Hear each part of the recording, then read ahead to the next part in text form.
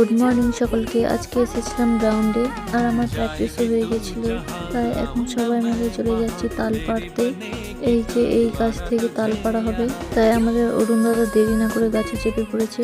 ওই যে দেখো কত তাল ধরেছে, দেখতে দেখতে আমাদের এক কাঁধি তাল পাড়া হয়ে গেল। তারপর দেখতে পেয়ে যে এই ফুলটা, তোমরা যদি এই ফুলের নাম জেনে থাকো কমেন্ট করবে।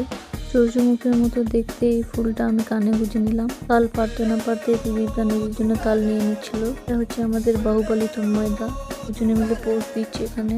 পাড়ার সঙ্গে সঙ্গে এরা দাঁড়িয়ে দাঁড়িয়ে একটা করে তাল খেতে শুরু করে দিয়েছে, আর দিদিদা সবাইকে তাল কেটে কেটে দিচ্ছে।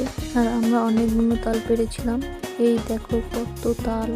তাই গ্রাউন্ডের পাশে এসে সবাই বসে পড়েছিলাম তাল খেতে। ওইদিকে গজু আনছে তাল ফেলে ফেলে, এগুলো আমি খেয়েছিলাম, এটা দিদিদা খেয়েছে, আর এদিকে আছে তন্ময়দার, এদিকে ছিল শুভ দাদার, এখনো খাচ্ছে।